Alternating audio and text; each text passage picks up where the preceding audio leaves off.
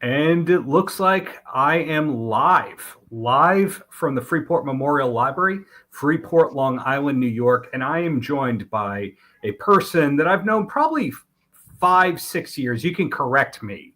You can correct me in this conversation and tell me I offended you 15 years ago. But this is Eric Senich, who I first encountered when he was editing Van Halen News Desk, the great website that is basically the official Van Halen website due to Van Halen's inactivity. But in the last few years, Eric has launched an excellent podcast called Booked on Rock. Booked on Rock, Freeport Memorial Library. I think the tie-ins are just very natural there. So, Eric, I'm going to continue to compliment you. But before I do that, how's your evening going so far? It's great, Darren. It's great to see you, man. It's, has it been 5 years? Time flies. I'm going to say it's around the 5-year mark. I can look back at old emails or the DLR cast episodes, but the key is, how long has Booked on Rock been going for? 2 to 3? Yeah, it's now on 3 years now. It's been 3 years, about 320 some odd episodes now. So I just promised a minute or two ago compliments. And that's because not only do I love what you're doing, reinforcing great authors about great topics and all that, but you are the rare interviewer who actually reads the book. Isn't that crazy? I mean, it's not so crazy because it's not like it's something I was shocked to hear, but yeah, I mean, to me, it's important. It's important for the interview. You get the better questions, you get better answers, you get a better back and forth between host and guest. And it's also really, bottom line is, the authors they've earned that right. You've written a great book on David Lee Roth, and it's a lot of work. So I can understand it. It all depends on the host. I mean, I'm not sure what their schedules are like, but I chip out time every weekend to read a couple books, sometimes 3, and get the questions set up. So it's real important for me to do that. So that ties in with a point of curiosity for me. With when you're sometimes reading 2 or 3 books in a week because you've been really steady and consistent with your podcast, did you ever take a speed reading course?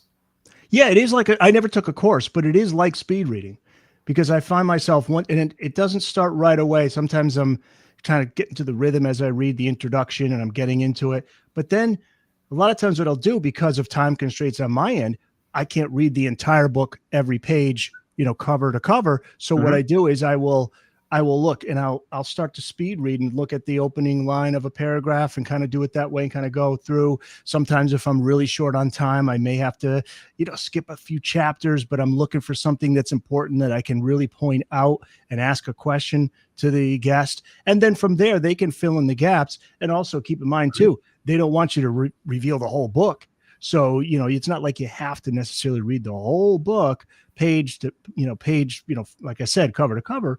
But yeah, there is a speed reading type of thing that happens with that. And my brain clicks into speed reading mode after like about 5 or 10 minutes. And now I'm like in a rhythm, and then I'm into it. And every single time I end up getting something out of it. I'm entertained by the books. I'm informed by them. I'm just so into it.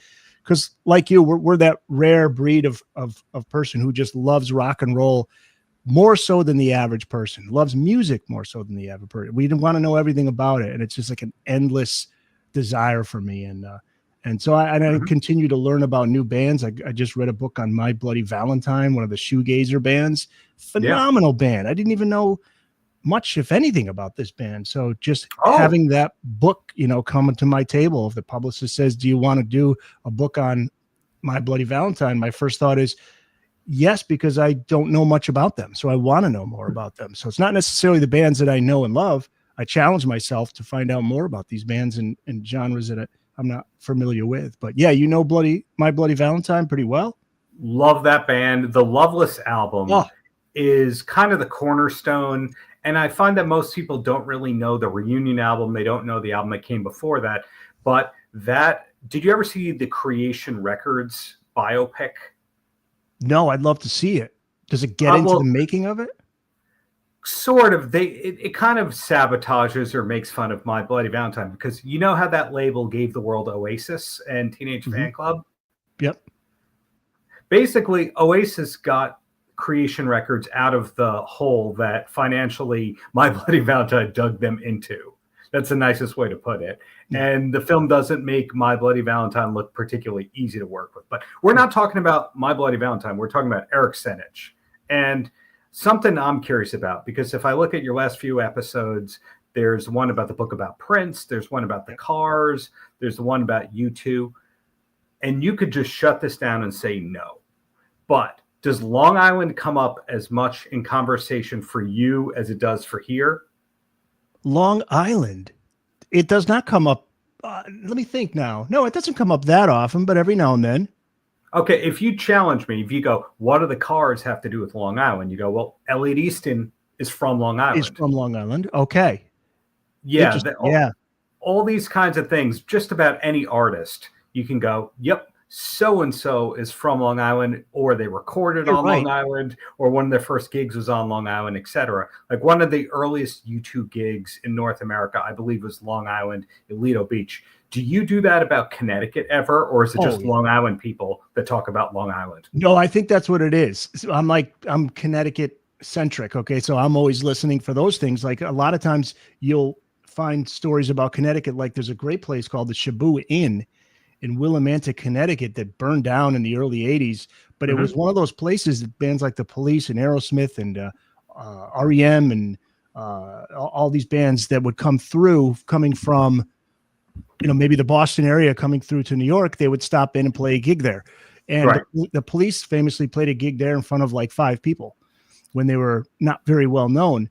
Aerosmith, famous for the first time they ever played Dream On Live, was at the Shabu Inn. And so those are the types of things that come up. And then you'll have these really bizarre small world stories. And my favorite is, you remember the band Alcatraz with Stevie Vai, initially in Vay Malms. You mean Long Island native Steve Vai? That's right. Yes. And Alcatraz. So the bassist is Gary Shea, and Gary Shea was on Kiss podcast, Three Sides of the Coin, one of my favorite podcasts, and he was talking about being from Connecticut. This was like 7 or 8 years ago, and that piqued my interest. And I said, "Wow, I wonder which town. Maybe he's close to my hometown of Southington, Connecticut. I'm right in between Hartford and New Haven." And I looked him up, and sure enough, on his website, Southington, Connecticut. Now, even crazier than that is the fact that it turns out he literally lived like 5 minutes from where I am here, and then also lived down the street from where I grew up in Southington, Berkeley Avenue. He was right there, like down the road, and my mom still lives on that street. It was one of those small world stories. And I had written an article on him when I was in radio, and I put a blog up on him, and I think he contacted me to thank me for it. And we just kept in touch. And then I asked him to be on because he had a book out. And we're texting each other, and he's sending me pictures of Southington from like 1950, 53, 54. That's the stuff that can happen in podcasting. You'll find, and I've watched your show many times. I'm a fan of the Paltrowcast, and you'll always ask questions like that. And sure enough, you'll be like, "Oh yeah, I know that place. I've been there," and you do a lot of traveling. So you've got a lot of things in common with people just for places that you went to around the world. Well, the latest victim of that, I did that a couple days ago to Tony Danza because I knew he lived in my town in the 70s. Yeah. And I feel that kind of ties in with the library element of all this, that the average person goes, I like that song. That is entertaining. That is fun. And then you were closer to where I am, where you go, I really enjoy that. Who wrote it? Who played on it? What else did they do? I want to track this long term and figure out the other things they're associated with, because if this was good, maybe other stuff they did was great, but where did they make it, etc.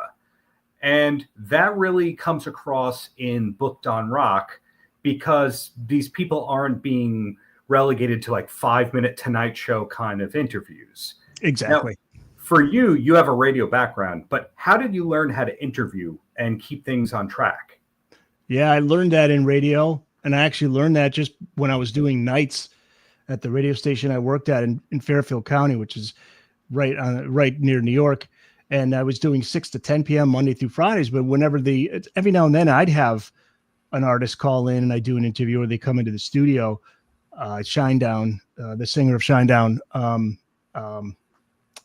Sorry, what's Brent Smith, is that? Brent, yeah, really cool dude. I still have his drop. He's like, "Hey, what the hell's going on? This is Brent from Shinedown. You're listening to Eric Senich, you know." But that was a night one. But a lot of times you get the big ones during the afternoon drive because that's when they really want to promote an upcoming show. So I got to interview Greg Allman twice. Guys from Twisted Sister, Blue Oyster Cult, things like that. Where is Twisted Sister from, and where's Blue Oyster Cult from? Long Island. Yep. Long Island. And I think Dee Snider spent a little bit of his childhood here in Freeport, but that's besides the point. That's beside the point. You. Soft white underbelly, right? Yes. Blue Oyster Cult used to be called that. And so I kind of got my skills through there in terms of experience, but I grew up watching my dad interviewing. My dad was in radio, and we were both journalists, sports writers. So there's an interview process there. And so he'd always teach me the tricks of the trade and how to start an interview, make them feel comfortable, what to ask, questions to ask, what not to ask, things like that. And then I used to watch him do his thing on the radio. So when it was time, when I was in radio, I was, they'd be say, "Hey, we got Greg Allman. He's going to be calling in tomorrow, just letting you know, man. So get ready." And so you just did it on the fly. And I don't know, I seem to have a knack for it. Every now and then somebody would say, "Hey, that was a great interview," so, "Oh, cool." I was the type of guy too, where when going back to Greg Allman, I remember one of my coworkers said, "Oh, dude, you got to ask about what it was like, man, to be with Cher. What was that like?" And I was like, I guess, but I kind of want to know like the story behind In Memory of Elizabeth Reed. I want to know, I want to know what Greg thinks about his brother Dwayne. Does he think about him a lot? What did he learn from Dwayne? Those are the things. I'm more like in-depth music nerd guy.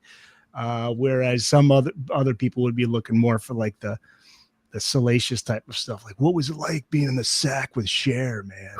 Like, nah, I'm not really interested, Some of that also borders on the Chris Farley show from Saturday Night Live. Right. Like, that was awesome. Like, and you go, okay, where's the question there? That kind of a thing. And thankfully, you generally avoid that. You bring your decades of expertise and your decades of fandom and all that. Yeah. But were you always a deep cut person? Were you always a person that liked lesser known songs? Yeah. Funny you say that. I'm actually in between. I love the forgotten hits, like the songs that were hits at one time on the radio, and then they drop off. And so then when you listen to them again, you're like, "Oh shit, I remember that song, man. Why don't they play that anymore?" Those are really, I love those. That's my sweet spot. But I'm a fan of the hits. I'm going to tell you, Van Halen's Jump. I know the diehards will say, that's too pop. I love a great pop rock song. I mean, I love the melodies and the hooks and all that, every bit as much as the deep tracks. But it's funny. It said that in between. I like those ones that were somebody will say, "Oh man, I remember that one." It's familiar to them, but they haven't heard it in a while. Those are the cool tracks I like. Okay, so recapping what we've talked about so far, the old radio trick of pretending like the people may have tuned in late. So you had the Van Halen news desk editor position, which is how you and I first connected. Booked on Rock launched about 3 years ago. You're reading 2-3 books a week on average. You're interviewing a lot of authors, and sometimes the author themselves were these artists that wrote a book.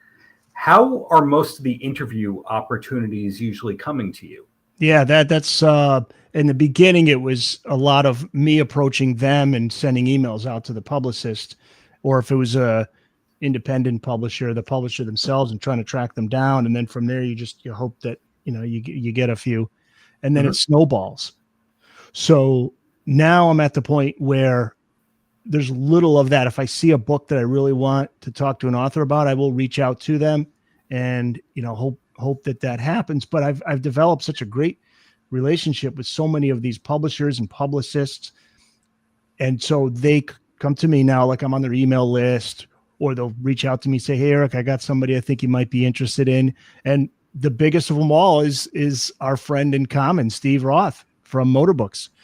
Steve, I don't even recall how that all came to be, whether I whether I emailed him at first years ago or vice versa or whatever. But now it's to the point where we're in such a rhythm, Steve and I, where, he's got these books that are coming out. I'm on his email list. I see the thing come up and I just send him an email. Hey, Steve, I'm in. When do we want to do it? My usual times, when I'm available, let's do this. Sure. And that happens a lot with a lot of the publicists. So it makes it a lot easier. It can make it challenging because sometimes I can't keep up because I got a full-time job. And, that's Sure. why I had to step down from the Van Halen news desk. I hated to have to do that, but full-time job and then the podcast and my mom is doing great. She's going to be 86 at the end of the month. She lives down the road from me. So I want to make sure I'm there for her. She needs my help with things. And, she had a bit of a minor health scare and she's doing great. But at that point I was like, I've got to give up something because I'm just going to crack, and we had some of those conversations through emails and text, Aaron, where I'd be like, dude, I'm sorry, I can't do it. Like, I don't have the time. I can't keep up. So, yeah, that's it. But Jeff Hausman from the Van Halen news desk, that was a great opportunity for me. And he still has me listed as a contributing writer. And I have every intention of continuing to write and contribute. I really want to. But to answer your question, that's what it is. It's kind of like a snowball thing, And you mentioned Steve Roth, my co-host on the DLR cast. Where is Steve Roth originally from? Long Island. Long Island. You see, now that I'm mentioning all these and Long he Island went to college in Connecticut. You're right. He did do the exchange program. Mm-hmm. That is inevitable. And, to He's your up defense, freezing in Minneapolis now. He's in Minneapolis, right? Not Minnesota. St. Paul, I think St. Louis Park. Yeah, somewhere. I don't want to dox him. I won't say the street he's on, but right, we won't do that. But you have the Van Halen flag behind you, and wasn't Live Without a Net recorded in New Haven, Connecticut? New Haven, Connecticut, and that was not too far from where Steve went to school there. Yeah, I went to college in New Haven. Yeah, Live Without a Net. That banner you see behind me is an actual banner from the 1984 tour that a coworker of mine, her husband, had it in his attic. And gave that to me. Yeah. Yeah, pretty cool. I guess I'll give you honorary status to Connecticut. We'll figure out everything, how it ties back to Connecticut or Long Island. I mean, Eddie Van Halen, he sought his medical treatment on Long Island towards the end of his life. And Stony Brook, the ties are out there. But let's go back to you here. So how far in advance are your episodes taped before they're posted usually? Oh, this is crazy, Darren. This is great. Only 2, 3, 5 days. I have a nice structured routine that allows me to really fire out really put out a lot of episodes in short time. It's not a production intensive type of podcast. So what I need to have is all the essentials ready to go, plug in the audio, plug in the video. Producing the video takes longer. But so I can get them up within 2 to 3 days.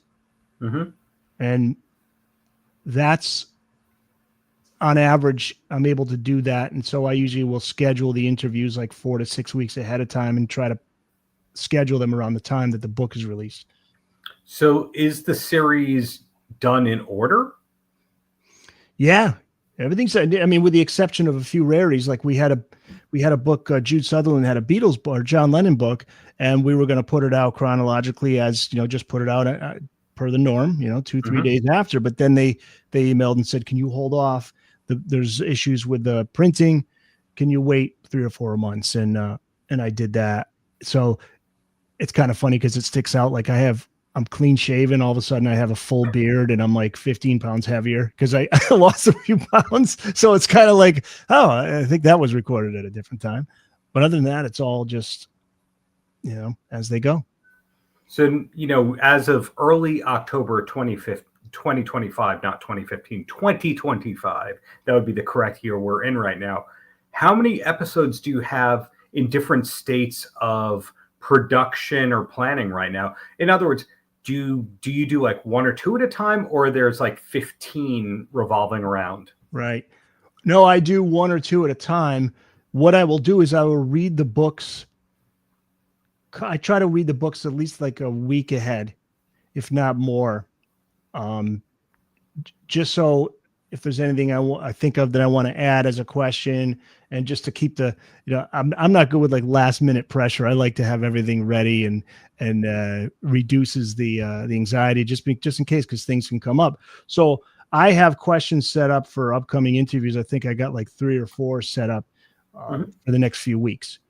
But I don't have any nothing in the can.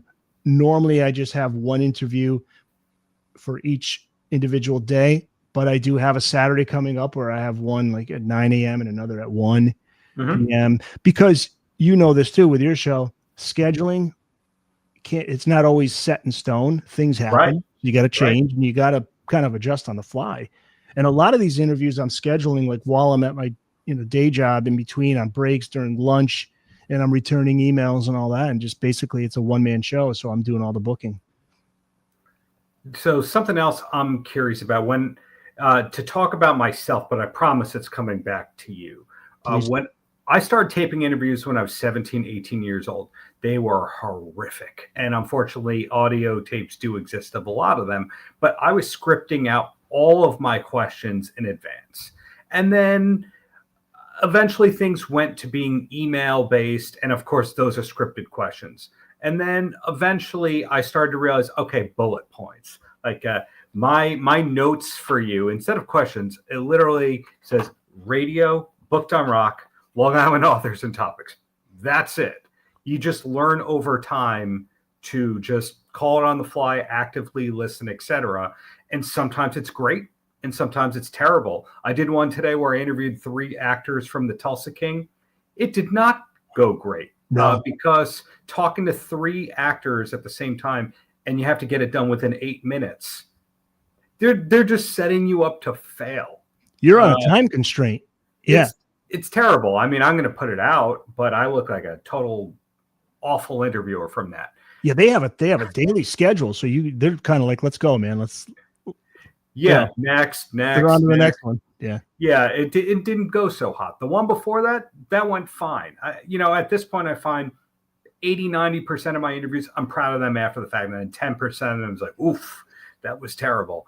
So where I'm curious about for you is, are you these days like a bullet points person, or do you actually verbatim write out most of the questions? Yeah, I'm still OCD. I don't know what you would call it, but I write out the questions. Wait, was that OCD a John Melendez reference for the record? Oh, just sorry to interrupt you. Back to you, Eric. Stuttering John, the legend. I have the questions written now, but inevitably I end up saying them differently, or I'll delete one, or I'll add something in between, because like I say, you're listening. So you're going to follow up on a comment that they made that you didn't have the question set up for. But you'll see as you watch the video versions of the show, you'll see me. I'm looking down. I have no qualms about that. I'm not insecure about trying to make it seem like I have all these questions memorized in my head. I mean, we're talking 15 to 20 questions. So I'll have them noted down below me, and you'll see me just kind of, looking up, asking. But so it's a combination of the two. I could try bullet points, but the typing up the questions started many, many years ago when I was a disc jockey, and you had to time out your breaks, and they would say, you only got 30 seconds. And so I got the system down, because first I didn't have time to handwrite it all. So we would pull up a Word, Microsoft Word, and I type up what I want to say. And it kept my breaks tight. And it also, I should admit too, my brain is always working like it's going a million miles an hour. And it kind of it reins me in, because I sometimes I start to ramble and I don't stop. And then I kind of talk myself into a dead end. And so it keeps me structured. It's something, the way my brain works. And I like that. It's just an approach that's been working for me, so I go with it. But what you do is impressive, because you got the bullet points, but you're listening. That's the key too. You got to listen. You got to listen to what they're saying. And sometimes I'll listen back to an episode and I ask a question. I'm like, oh man, he already talked about that. You didn't hear him say that, So, one time when I interviewed Harry Shearer as Derek Smalls in character of Spinal Tap, cool. he repeated a joke the second time. Oh, cool. Wow. Harry Shears. Did you see the new movie? I loved it. I heard it's great. Haven't seen it yet. Heard great cameos. You recommend Spinal Tap too? Oh, you won't be disappointed. Will not be disappointed. They did a great job with it, but you have to be fearless with it. You know this, Darren. You got it, like you say, because some of them it's a home run. Some of them you're just like I just wasn't feeling I wasn't in the rhythm of it. Guests that I've had on a lot now, like Greg Prado and where's Greg Prado from? He's from Long Island. From Long Island, and yes. Now we have a nice rhythm going. I know what his sense of humor is like, yes. And similar to mine, so we can tease each other. We just have fun. Some guests, it's off to a rocky start. I'm not sure where the rhythm is there. Sometimes, you think they're going to say something else, but they don't, and they pause, and it's like there's a little bit like, where are we going with this? And then about 2-3 minutes in, okay, now I got my rhythm. But I'm always a little cold to start, and then all of a sudden I kind of like find myself warmed up. And then I'm doing good, but it's not an easy thing. It's guest to guest. So everybody's got a different personality, a different rhythm to how they talk. For sure. When I was mentioning before that an interview I did today, they went, you have 8 minutes. Sometimes I get them and they go, you have 4 minutes, or you have 3 minutes, or you have 1 or 2 questions. For you, what's the minimum amount of time that you would accept for an interview? 30 minutes, so, but it's really not even set in that. Like I've had certain authors who are just, they're short, quick, and concise, give great answers, but they're just quick and concise. An example would be one that I had on recently, Sean Egan, who wrote a book on Springsteen's Born to Run. You may have seen that one pop up. And then he did a phenomenal book on Bob Dylan. He was quick, old school, doesn't like to be on camera. Steve will tell you. Steve and I, Steve's like, he doesn't want to do camera. He will only do audio. And he's like 30 minutes. Some I've had that have been like 25 minutes. I try to make sure it's at least 30. And then I don't want to go really anywhere past like an hour and a half tops. I have my goal to keep it around an hour or so is to come up with between 15 to 20 questions. Usually if I hit the like 16, 17, 18 question mark, again, OCD, something's wrong with me. I'm like nuts, but it's like 18 is the sweet spot. And if I get 18 questions, I'm like, okay, good. And that usually makes it like an hour. And a lot of these books are so friggin' good. I end up with like 30 questions and I got to pare it down. Let's delete that. Let's delete that. Let's delete that. Let's delete that. Okay. 18, ready to roll. Boom. So the Motor Books imprint was mentioned before that our mutual friend Steve Roth handles some of the marketing and PR at. And Motor Books has really been on a roll with putting out comprehensive titles on classic artists. I'm going to say, I don't think that most of these artists had extensive books about them 10 or 15 years ago. Are we maybe in, and you could disagree with me, are we maybe in the renaissance right now for classic rock books? I think we are. I was surprised at how many books were coming out on a regular basis. I thought I'd maybe get one or two interviews per month. They're coming out all the time. So I think we are. The question is, where do we go from here? When these bands are the ones that are still going, like we did an Iron Maiden at 50 with Daniel Buck's band. Hey, they're still going. Their farewell tour was like 15 years ago. I think I remember Bruce Dickinson saying, we're not going to play any old songs ever again. That's what I remember from Iron Maiden. Yeah. Maybe if it's not an absolute farewell tour. Am I wrong about that? Or did they say farewell? I think they did say farewell, but I'm admittedly not a diehard Iron Maiden fan. So we could be wrong, but hey, they're one of the few bands at that age that are still kicking ass. I mean, they really are solid, they're one of those rarities. But what do you think, Darren? I don't know. I don't know what the future holds for rock and roll books. I think I don't see it going anywhere. I mean, books in general, they just have outlived all of the changes, everything that's happened over the years, television and cable and I think an indirect answer, but I promise I'm going to give you an answer, is last night my wife sent me a posting to a Facebook ad about a Long Island venue that I'd never heard of called Nostalgia Bar. And this venue had an upcoming appearance by Tim Capello. Do you know who Tim Capello is? No. In the movie The Lost Boys, he's the sexy sax man who used to play with Tina Turner and all that. Yep. And right now he's having this career thing where he can kind of do Comic-Cons and the Mahoning Drive-In in Pennsylvania and these nostalgia things where they're just basically come in there to watch him play a 12-minute version of his one song from The Lost Boys, a couple of covers. And then I guess he hawks merchandise after that. And it's not like the crowd was going, oh man, that guy only had one hit, or what else is he going to play? The people are like, this is great. So what I'm getting at is there's an audience for everything if something was big enough at this point in time. And I think, and I was telling Steve this, they eventually at Motor Books are going to have to do all the emo and the pop punk bands. They're going to have to get those books. There's going to have to be the Fall Out Boy and Taking Back Sunday and Brand New and Panic at the Disco, because those bands sold millions of records. Those bands have played amphitheaters and arenas now on and off for decades. So I think eventually those are going to happen, even if Pearl Jam slows down and Alice in Chains and Soundgarden.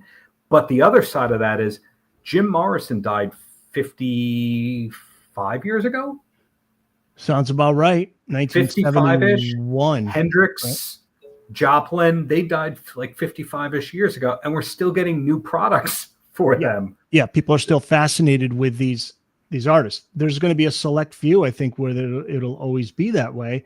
You know, I see every now and then I walk around, I see teenagers with Queen t-shirt or a Led Zeppelin t-shirt or Metallica, no Van Halen. No, we know, Darren, because they friggin' don't. I don't know. You know, I love Alex, but I wish he would do like Brian May and Roger Taylor, man, keep that legacy alive, because this kind of lends to where I'm going with this is that, you know, how long can these books keep coming out where there's a demand for them? Because, you know, are there a bunch of books on Beethoven that come out all the time? I mean, you know what I'm saying? Like that one is a no, but when you talk about t-shirts, one of the bands you see more shirts than almost any other band is the Misfits. And the Misfits at their peak originally were playing tiny DIY clubs. The Misfits, okay, maybe they'd move up to an Irving Plaza, but the Misfits were never a band that had hits or gold albums. All that happened after they broke up. And a lot of the people wearing a Misfits shirt probably don't know it's a band. Yet they regroup in 2017 after suing each other, and almost like a Larry David premise, the settlement is that they have to do gigs together, a certain number of gigs together, and make money as the sentencing. So what I'm getting at is I think that there's a lot of bands that are going to get that Sublime treatment where after the fact, the books come. Yeah. And so I hope so. I sure hope so. You know, I mean, because I would love to continue on with the podcast and have these books just keep coming out and exposing these bands to new generations. Hope so. My concern is that they're going to turn into, there are kids out there who appreciate Mozart and Bach and Beethoven. Yeah, sure. But not a lot. I mean, not enough to be some kind of in demand where they want to go out and buy a book on them. So where do we go with this? You know, 10, 20, 30, 40, 50 years from now, will people be remembering Metallica like they remember somebody from the classical era today? Like, well, you know, going back to all these, like, I mean, there's so many great jazz artists, but not everybody's, you know, how many kids are like, oh, I can't wait to buy that book on Miles Davis. I mean, some, sure, diehards, but, you know, Pink Floyd is another one. I mean, that Pink Floyd may be a band that could, you know, last many, many, many years, long beyond us. They have something about them, that name, that image, you know. Grateful Dead, same type of thing. It represents something, a state of mind more so than the actual band itself, I think. What do you think? I think that it all comes down to legacy management. So you mentioned Right. Van Halen with regard to the t-shirts, and Van Halen legitimately had 2 albums that sold over 10 million copies in the US. So they were one of the biggest bands for years. And the number of shirts you see is minimal, and the tribute thing didn't happen. And the official authorized vaults never opened up. So people bootlegged it, and the band didn't monetize off of those things. And you go, that band, their legacy is going to die out if it keeps this way. But Third Eye Blind is going to be remembered as the biggest band Right. of the last 30 years if things keep going the way that they're going. It's marketing, you got to keep reminding people that you're there. There's a reason why McDonald's keeps running commercials. I've had people say, why even bother? They're McDonald's, they're huge. Because you got to keep reminding people that you're there and that you're current and that you're cool and that you're, of the now. There is something about that. I mean, especially, when we were teenagers and, kids, it's like if you saw that cool kid on the block wearing a Van Halen t-shirt, it was like, what's up with that band, man? I got to know what's up. This is cool. I got to find out more about these. You got to do that if it's important enough to you as the band member, surviving band member, to keep your music alive, because I hate to say it, there are not many people. I work with people that are in their 20s and 30s. They don't know who Van Halen is. I mean, that's heartbreaking to me. They just don't care. Yeah. They don't give a shit.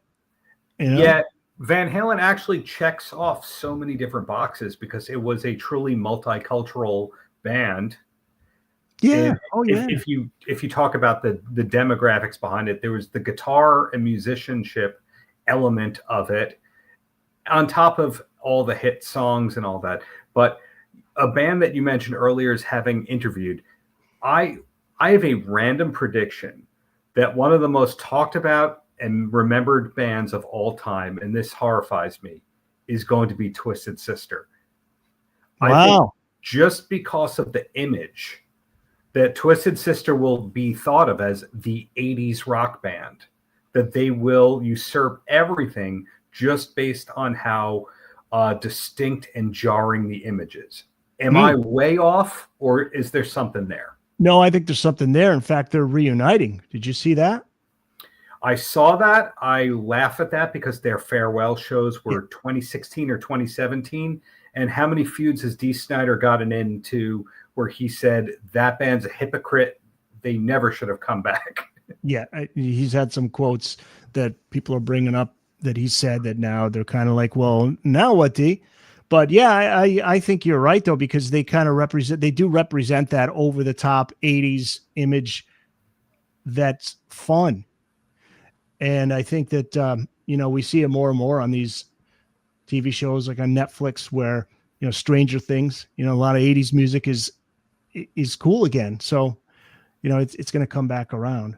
I hope. That'd be cool. I've seen Twisted Sister. I saw them live once. And that was the first album I think it was the first album I ever got. Not the first album I ever bought. First album I ever bought was Synchronicity. But for Christmas, I got Stay Hungry because I loved the two videos. Right. I Want to Rock and We're Not Going to Take It, So back to you and what Booked on Rock does. Is there a band that you absolutely love that hasn't had a book about them yet? Oh, yeah. Let's see. Well, I finally got a Cars episode. I couldn't believe how long that took. Mm-hmm. Boy, I got to run through in my head that there hasn't been a book, you say? Yeah, I mean, even the Replacements have gotten a book, which I believe is now being adapted into a biopic. Did you read about that? Oh, no, I didn't. I believe the Bob Mayer book is being adapted into a book, and Finn Wolfhard from Stranger Things is maybe playing Westerberg in it. Oh, wow. Okay. Well, that's another band where they didn't sell many records when they were around. They didn't get into big venues, but time is going to remember them as being this huge band that everyone talked about at that time. Yeah. Well, this is really cool. When Warren Zane's book on Springsteen, Deliver Me From Nowhere, I had him on in 2023 to talk about the book. And then I'm in the movie. I go to movies all the time. I love movies. So I'm at the theater watching movies, watching trailers, and they play the trailer. And at the end, it says based on the book by Warren Zanes. I was like, holy shit. I talked to, really nice guy, a brilliant book. So, but I would say, yeah, there are bands, but they wouldn't be like the huge bands. Like I'll tell you a band that I'm a huge fan of, the Outfield. Your love is a brilliant pop rock song. Clearly, it stood the test of time. I mean, I heard that song being played over the speakers somewhere at I was at some store recently. There's a Kohl's or something, and there's a teenager kid. He's singing the lyrics word for word, verbatim. That says a lot about a song. But I would love to hear about a band like that who they had that short, brief moment in the sun and what that was like. Sadly, they've lost 2 of the 3 members. Trying to think of who else. It would be one of those like obscure bands that I was a big fan of that nobody really talked about. All right, throw some names out there. And who do you think? What I'm trying to think. If it's a band that wasn't absolutely huge but was infamous, there's a long list. For example, Loudness. I'd love to see a Loudness book. Oh wow, cool. Loudness, yeah. Like a band like Sisters of Mercy, there was a book written on. I had the author for that. But those bands like that deserve some recognition. Boy, you put me on the spot. I'm trying to think of any others now. I'm going like A through Z in my head. Well, was there ever a book about Yngwie Malmsteen? I don't think there was. I don't think so. I don't think so. He's Gary Shea, was talking about how difficult he was to work with. I don't know if he would ever agree to do a book with anybody. Maybe he'll write one of his own. Well, where my mind goes with that is if he wouldn't do it, if somebody took the time to do what I did with David Lee Roth, where you go, okay, never going to get official comments. Let's just go to everyone around and merge that with the historical stuff. And maybe there's a story there. I think that Yngwie stories would be as entertaining as Axl Rose stories. Oh, absolutely. But you checked off a box, the David Lee book. Why wasn't there ever a book about Dave? I mean, he wrote a book. I mean, there's been books like picture books, and I have one of them where it was like from the 80s or something. It was like all photos, color photos of them. Like Ross Halfin wrote it, but like a book like you did. So that's another great one. Thank you. You're welcome. I'm just going through the list, like STUV. I'm trying to think. Not many, really, man, because there's a lot of books out there, and when you go to Amazon Rock Book Releases, you can see like, holy shit, a lot of stuff. No, give me some time. Ask me some more questions. Maybe I'll think of some more, because to me, the Outfield is one. Maybe I'll be the author of that book someday. Well, in the case of the Outfield, I think you're absolutely right that Your Love is a song that's known by multiple generations. I'm wondering how much of that has to do with TikTok, because I believe Your Love is a big meme where the intro, the Josie part, something about people fall down at that. Do you know what I'm talking about? Oh, no, I don't, but I'm not surprised. I've been finding out more and more because I will occasionally post unboxing videos on TikTok or concert clips. I don't really use TikTok a lot, but what I'm finding out is certain songs are TikTok hits. So, for example, Vienna by Billy Joel was a TikTok hit. Did you know that? No, I don't think. I know there was a Billy Joel song that was taken off on TikTok. That might be the one.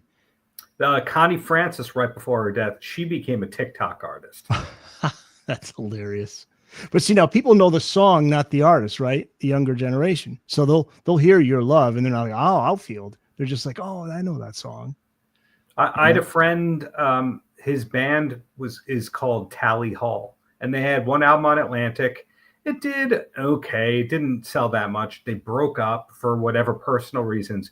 And then the music took off on TikTok to the point that not only was it generating revenue, but the album went platinum off of just basically TikTok streams. Wow. So, hey, how about Men at Work? Has there been a book on Men at Work? I don't think so. Do we really know the story about what happened with Men at Work? Well, there's a sad story with the flute player there. Took his life. He was sued for you know what I'm talking about? I know the Kookaburra, like they Right. got the copyright royalties, but he was the one that was affected by that. Was that Greg Ham or something? Yeah, Greg Ham. He took his life. I didn't know that. He went. He had to go to court, and he was broke financially, and I guess was kind of humiliated by it. So that was a sad story. I know Colin Hay. Maybe he's written a book. I don't know, but Men at Work would be good. You talk about a band that catapulted to the highest levels of success, and then all of a sudden they're gone. Yeah, they're sort of thought of as a 2-hit wonder, even though there's really like 4 or 5 hits, and those hits are still played. Yet it's kind of like what happened to them between 85 and Colin Hay being on Scrubs. Right. And there's other people in that band. There was another 4 people or so in that band. And what do we know about them besides Down Under, Overkill, and a couple of video hits? Yeah. And I think that goes back to a couple of topics ago, legacy management. Is it a bad manager? Is it rights problems? What do you think it is with Men at Work? Well, I think after I'm trying to recall what happened, what led to the downfall of the band. I think it was creative differences. I think Colin Hay was the main guy there, and maybe that was the problem, but I don't know for sure. But yeah, management, the 80s, the second half of the 80s, things changed. A lot of times it's not even the fault of the band or management or anybody else, because the music changes and you're no longer cool. I mean, look at Quiet Riot and Twisted Sister. Once you get into the second half of the 80s and you've got Def Leppard and you've got Bon Jovi and you've got White Snake, now Twisted Sister could have put out the best album of their entire career, and and you can have the best manager out there, but it's not really going to matter because radio's going to ignore them because they're not cool anymore, and MTV's not going to play their stuff for the same reason. So I don't think you could fault anybody, but I'd like to look more into that Men at Work thing, because how could that? Because they had a lot of talent. Colin Hay could write some great songs, and then they won Best New Artist at the Grammys. So there's a lot of promise there, and all of a sudden they're gone. But again, I think that's just changing tastes. How about a book on Dexy's Midnight Runners? There you go. I interviewed the singer. Did you? Yeah, you did. I remember watching that. Oh, my condolences. I did that from a hotel room on a work trip. Yeah. It went okay. It went as fine as it could go. But that's a really unique one. And this gets me thinking with regard to, knowing your music history. Dexy's Midnight Runners in the States is forever a one-hit wonder. Didn't they have a lot of hits in Europe? I believe they did. I remember they covered a Springsteen song. They covered like Thunder Road, and there was controversy around it because he changed a lyric or two, and then they tried to deny the license. But meaning that's an artist that always made headlines for years.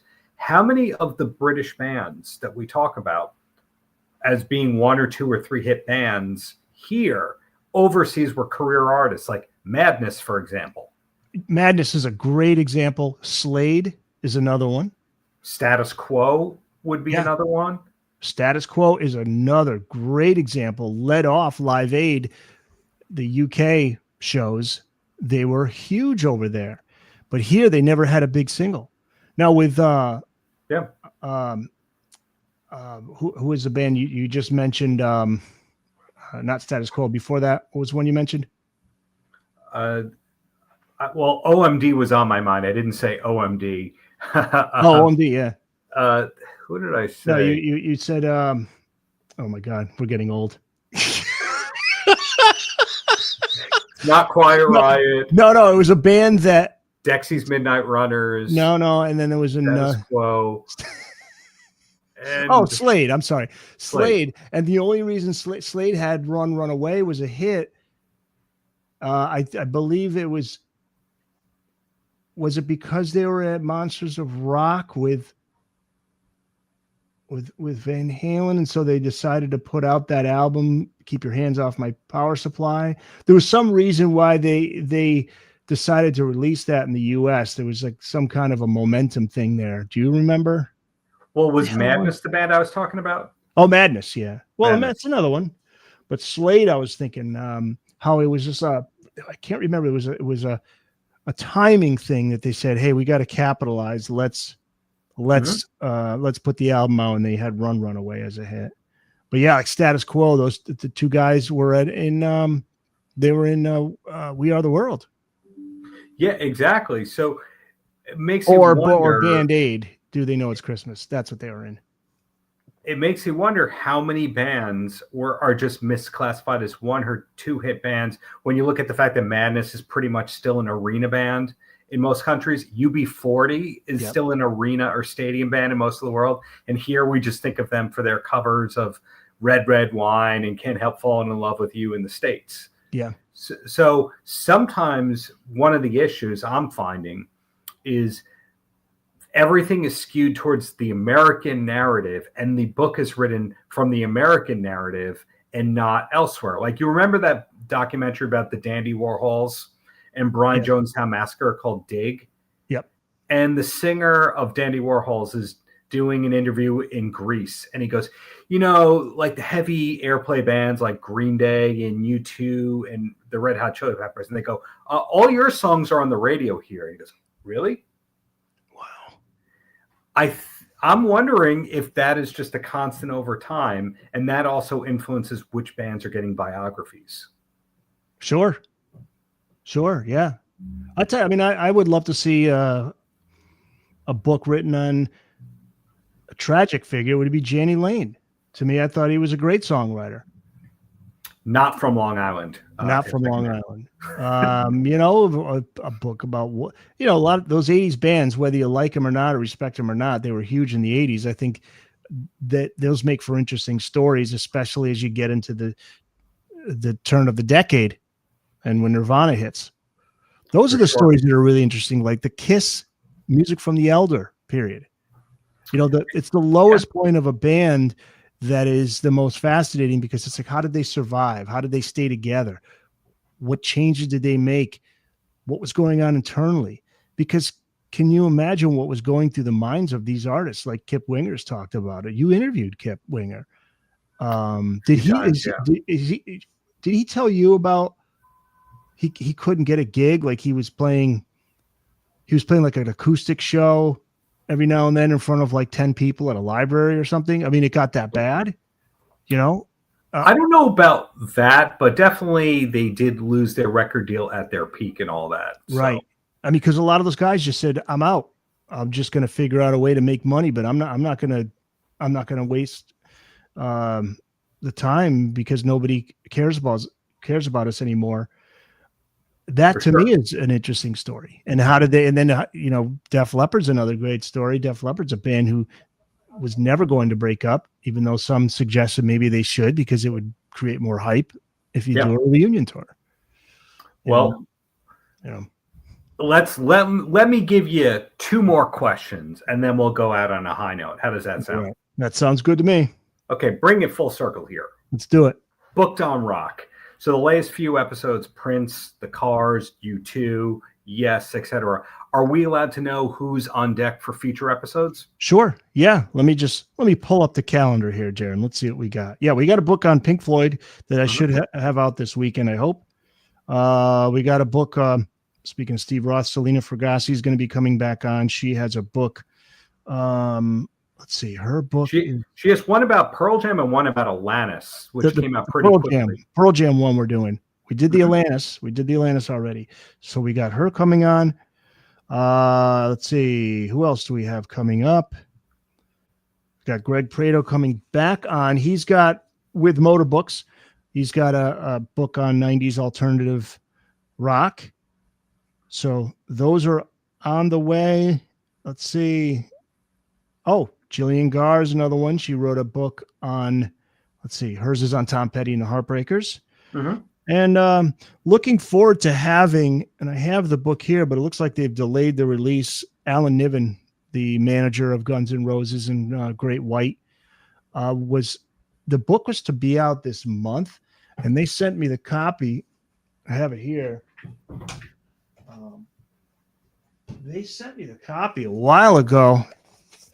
And it looks like, it may not be until or early 2026. But here's the Pink Floyd one, Mike Evans. I'll have him on Saturday, so we're going to talk about Pink Floyd behind the music. So we got that one coming up.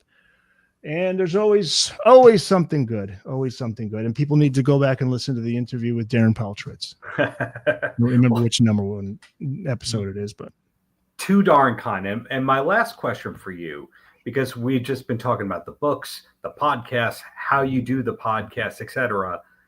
What's the last concert that you went to by choice? Okay, by choice. Was it Sammy? Oh no, I'm sorry. I just went to see this summer. I saw Blues Travelers, Spin Doctors, and Gin Blossoms, and it was a great show here in Connecticut. Fantastic show. I love amphitheater show.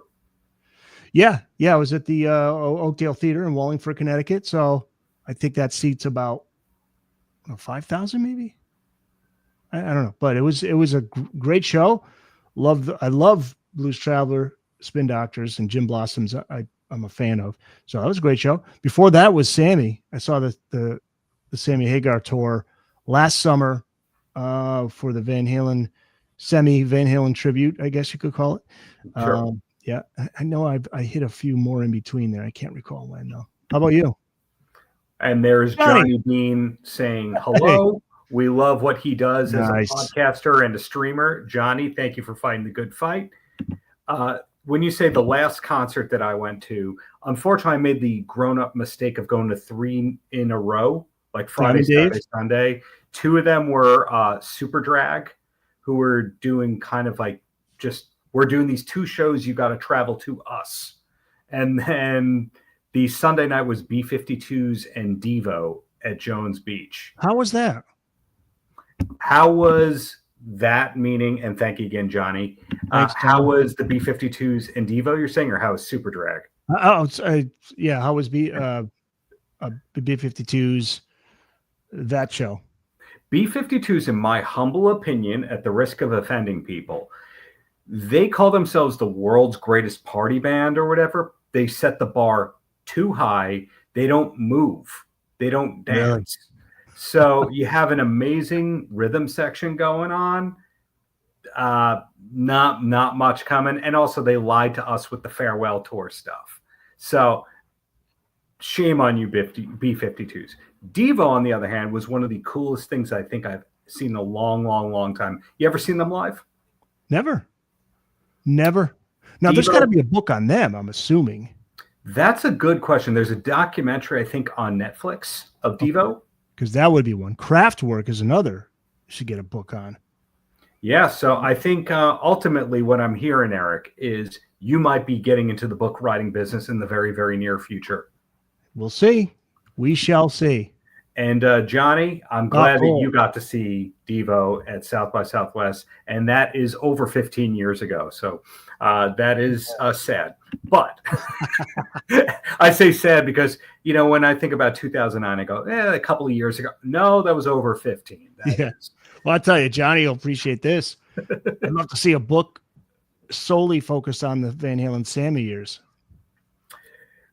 Fingers crossed that happens. But what we have learned today, Eric, is Booked on Rock isn't going anywhere. Many, many more episodes in the works.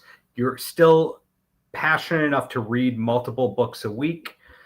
You still have the capability of writing for Van Halen News Desk when time permits. But hey, you're a good son and a good friend, and you're doing all that on that end. So if people want to follow you and what you do even more, what are the best ways to do it? Is it bookedonrock.com? Yeah, it's probably the best way to do it because when you go there, then you can see you got the links to all the social media pages, Facebook, Instagram, TikTok, whatever. What else do we have? Blue Sky. I'm on Blue Sky. So you can go there and you can also find all the places that you can listen, but it's on Spotify and YouTube. There's a video versions and audio versions. So YouTube has both of those.